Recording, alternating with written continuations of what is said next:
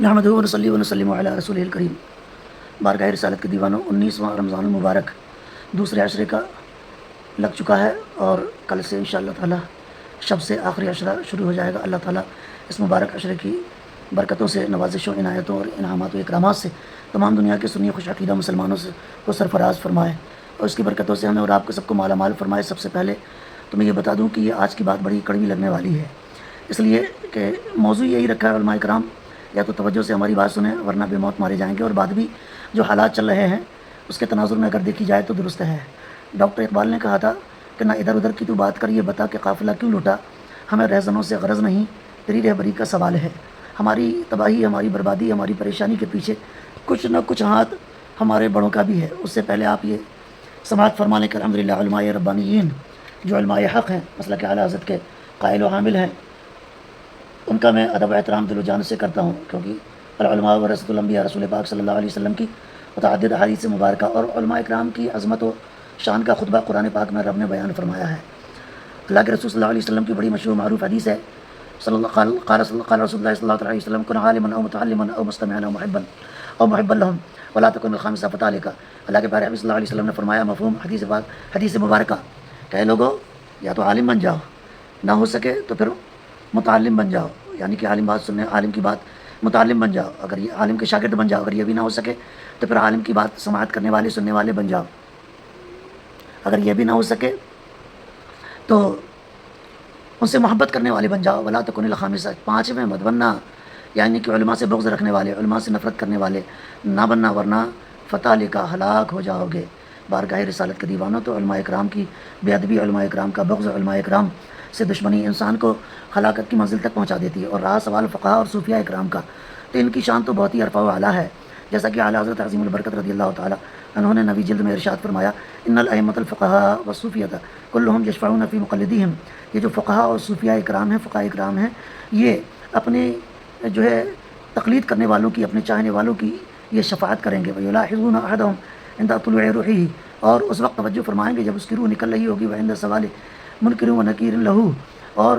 جب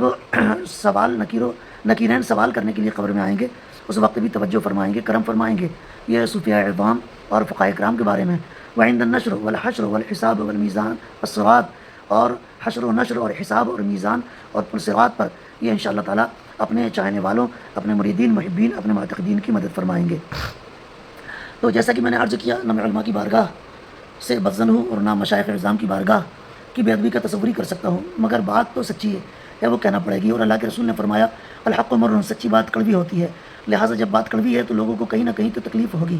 اب حقیقت یہ ہے، بارگاہ رسالت کے دیوانوں سن لیجئے کہ اہل سنت کا کوئی قومی، ملی قائد، رہبر اور رہنما رہ نہیں گیا ہے۔ میرے پیر و مرشد سرکار حضور مفتی اعظم ہند رضی اللہ تعالیٰ عنہ کے دور میں جو آپ نے قیادت فرمائی ہے، ویسی قیادت اب بچی نہیں ہے۔ یہی وجہ ہے کہ مسئلہ NRC کا ہو، 3 طلاق کا ہو، بابری مسجد کا ہو، بارگاہ رسالت میں توہین کا ہو یا معاملہ لنچنگ کا ہو، بچیوں کو محبت کے جال میں پھنسا کر انہیں مرتد بنانے کا ہو، کوئی بھی معاملہ ہو، مگر ساری تنظیمیں اہل سنت کی آپ کو خاموش نظر آئیں گی۔ سارے بڑے بڑے ادارے، خانقاہ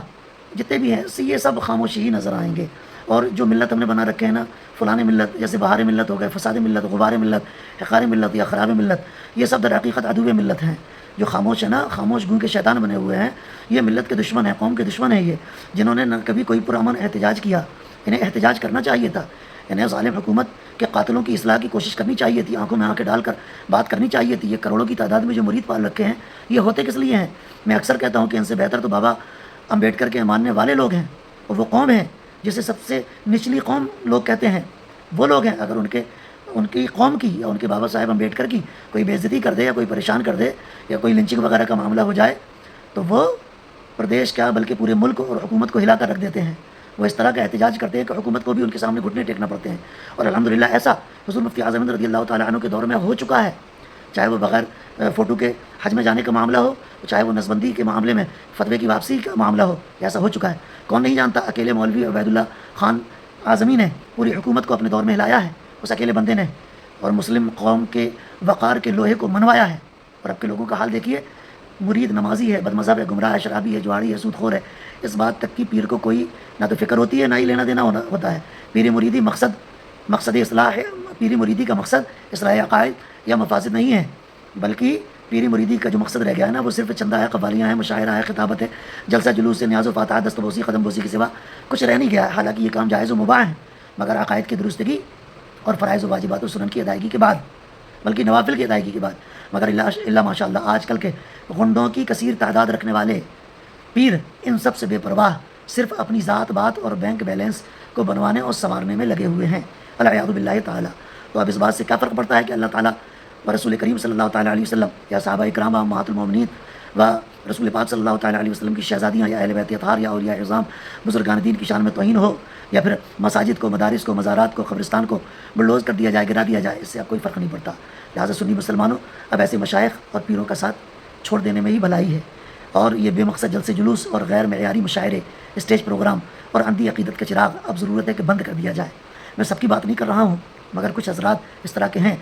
جو ملت فروش ہیں، جو تمہارے صرف سکھ کے ساتھی ہیں، دکھ کے نہیں، مرو تو ایصال ثواب تک کرنے کو تیار نہیں ہیں۔ اور سنیوں کا درد رکھنے والے مفسر شہیر، عالم بے نظیر حضرت علامہ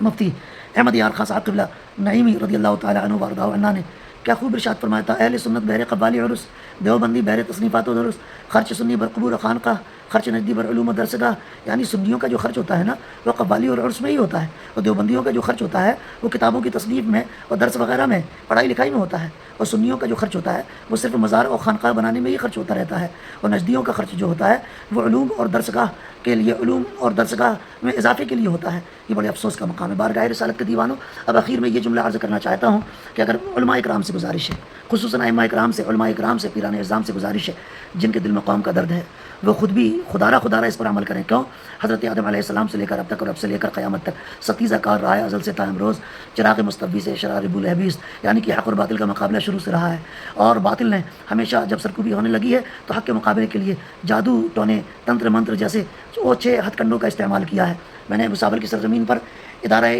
روحانی کائنات کی داغ بیل اسی بنیاد پر ڈالی ہے کہ لوگوں کو درس روحانیت سے واقف کرایا جائے، اور لوگوں کو روحانیت کا کچھ سبق پڑھا کر لوگوں کو کم سے کم قرآن و حدیث کی روشنی میں اپنی یا امت کی یا ملت کی حفاظت کے لیے کوئی ایسا روحانی ہتھیار مہیا کرایا جائے جس کی بنیاد پر اللہ تبارک و تعالیٰ، اس کے پیارے حبیب صلی اللہ تعالیٰ علیہ وسلم کی کچھ تو رضا حاصل ہو۔ خیر، کچھ نہ کرنے سے کچھ نہ کرنا تو بہتر ہے نا۔ آج کوئی عمل اپنے مرید کو وضو کا طریقہ، نماز کا طریقہ سکھانے کے لیے تیار نہیں۔ الحمدللہ ادارہ روحانی کائنات جو ہے وہ لوگوں کو عملیات کی دنیا میں لا کر روحانی طور پر لوگوں کو قلبی طور پر، ذہنی طور پر اتنا مضبوط بنانا چاہتا ہے کہ ان کی دعا یا بددعا میں اللہ تعالیٰ کلام الہی کے ذریعے اثر پیدا کر سکے۔ بہرحال میری آپ حضرات سے گزارش ہے، ہندوستان کا کوئی بھی ہو، سیاسی لیڈر ہو، چاہے وہ ظالم و قاتل کوئی سیاستداں ہو، چاہے وہ کوئی ادھیکاری ہو، چاہے وہ جو ہے کسی بھی محکمے سے تعلق رکھنے والے، ہر شہر میں ہیں، ہر صوبے میں ہیں، پورے ملک میں ہیں، آپ ایسے لوگوں کی تباہی کا تصور کریں خدا و رسول کے واسطے، اور صرف 31 سے 32 منٹ لگتے ہیں۔ شاہت الوجوہ رسول پاک صلی اللہ علیہ وسلم نے پرسوں جو گزرا ہے، جنگ بدر کا دن گزرا ہے نا، اس وقت رسول پاک صلی اللہ علیہ وسلم نے صحابہ اکرام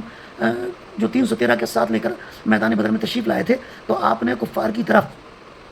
ایک مٹھی خاک اٹھائی تھی، مٹی اٹھائی تھی، اور شاہت الوجوہ کہہ کر پھینک دی تھی، جس کا مفہوم ہے کہ تمہارے چہرے بگڑ جائیں، اللہ تمہارے چہرے تباہ و برباد کر دے۔ شاہت الوجوہ رسول پاک صلی اللہ علیہ وسلم کی زبان مبارک سے نکلا ہوا بہت ہی پاکیزہ جملہ اور بہت ہی مبارک عمل ہے۔ خدا و رسول کے واسطے اس آڈیو کو مکمل سنیے بھی، اور اس کو زیادہ سے زیادہ شیئر کیجیے، نہ جانے اللہ تبارک و تعالیٰ کس کو توفیق دے دے۔ آپ اپنے مریدوں سے، اپنے مقتدیوں سے کہیں شاہت الوجوہ روزانہ اپنے علاقے کے سیاسی قاتل، ظالم و جابر اور سمویدھان ورودھی جو نیتا ہیں، لیڈر ہیں، ان کی تباہی کا تصور کر کے، ان کی بربادی کا تصور کر کے خدارہ یہ پڑھیے، کم سے کم 6 مہینے پڑھیے، صرف 30 منٹ لگتا ہے، اور جن لوگوں کو دیکھنا آتا ہے وہ ساعت زحل یا مریخ میں پڑھیں، یا جب مزاج آئے تب پڑھیں جی۔ 3333 مرتبہ روزانہ کسی ایک شخص کی یا بہت سارے جو ہے ظالم و جابر حکمرانوں کی تباہی اور بربادی کا تصور کر کے شاہت الوجوہ پڑھنا ہے۔ شاہت الوجوہ اول آخر درود شریف نہیں پڑھنا ہے، بلکہ بسم اللہ واللہ اکبر 5 مرتبہ کہہ لیں، 7 مرتبہ، 3 مرتبہ کہہ لیں، اور اس عمل کو پڑھیں، اور اس کے بعد ظالموں کی تباہی کے لیے دعا کریں، کیونکہ یہ جادو ٹونے کا زور چل رہا ہے ابھی۔ حضرت موسیٰ علیہ السلام کے دور میں بھی یہی تھا، رسول پاک صلی اللہ علیہ وسلم کے دور میں بھی یہی تھا، مگر سن لو، حضرت خواجہ غریب نواز، خواجہ والی ہندوستان معین بے کسا اہل سنت کی جا چراغ عارف سیدنا سرکار خواجہ غریب نواز رضی اللہ تعالی عنہ، آپ نے ہندوستان میں 90 لاکھ لوگوں کے دلوں میں ایمان کے چراغ کو روشن فرمایا ہے۔ یہ کسی خلجی کا یا کسی غوری کا کمال نہیں تھا، یہ آپ کی نورانیت اور آپ کی روحانیت کا کمال تھا۔ یہ صرف آپ کی بزرگی اور آپ کی پاکیزگی، تقویٰ اور اللہ و رسول کے عشق کی دولت سے جو آپ سرفراز تھے، یہ اس کا کمال تھا۔ لہٰذا روحانیت کا ہونا ہر مسلمان کے پاس ضروری ہے۔ شاہت الوجوہ یہ ایک ایسا لفظ ہے جو بے پڑھا لکھا آدمی بھی پڑھ سکتا ہے اس کو پڑھنے میں، اگر جلدی جلدی پڑھیں تو 31.5 منٹ تو مجھے لگتے ہیں، آپ کو ہو سکتا ہے 33 یا 35 منٹ لگ جائیں، لیکن اس عمل کو ضرور کریں، گھر میں کریں، باہر کریں، مسجد میں کریں، بھائی بہنوں سے کروائیں اور دوست و احباب سے کروائیں، زیادہ سے زیادہ شیئر کریں، فارورڈ کریں انشاءاللہ۔ اس عمل کی برکت سے آپ کے ظاہری دشمن، باطنی دشمن، چھپے ہوئے دشمن، کھلے ہوئے دشمن،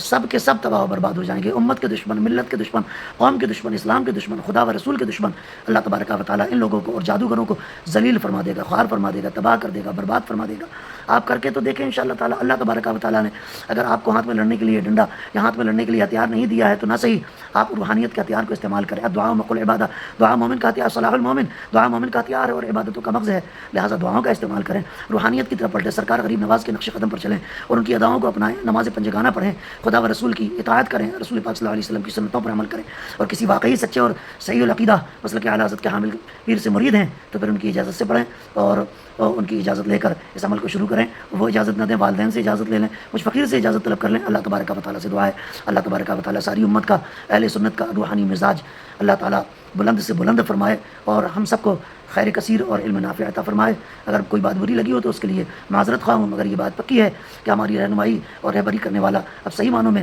جو سیاسی رہنمائی اور ہماری قیادت کر سکے کوئی بچا اور رہا نہیں ہے، لہٰذا مسلمانوں خود ہی اٹھو، خدا و رسول سے لو لگاؤ، خدا و رسول کی بارگاہ سے جڑ جاؤ، خدا و رسول کی بارگاہ کی طرف دوڑ لگاؤ اور خدا و رسول کو ہی اپنا مرشد،